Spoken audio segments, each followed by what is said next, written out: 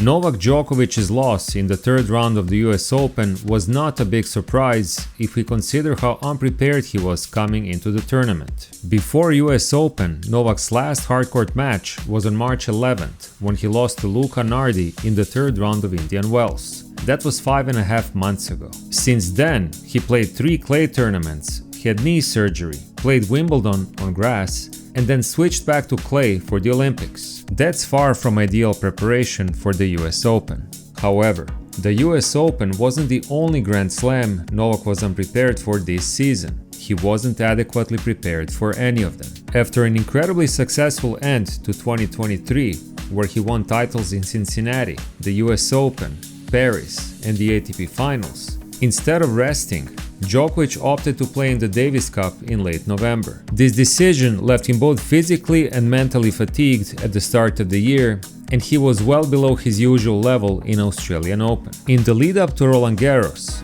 just as he seemed to be regaining his form in Rome, a spectator hit him with a bottle to the head. It was never confirmed if he was concussed, but it clearly disrupted him as he lost in the very next round to Alejandro Tabilo. At Roland Garros, he sustained a knee injury that ultimately required surgery, and this forced him into rehab instead of preparing for Wimbledon. These challenging circumstances would be difficult for any player to overcome, let alone a 37-year-old. When viewed in this context, Djokovic's results in the Grand Slams this year are actually quite impressive. Looking into the future, it is difficult to predict what lies ahead for Novak. His performance at the Olympics, particularly the fantastic final against Alcaraz, proves that he is still one of the best players in the world. He is still capable of beating anyone, which makes me believe that he could still win more slams. But the question is, does he have the focus and motivation to do that? Novak says that he wants to keep playing for a few more years, and maybe even participate in the 2028 Olympics.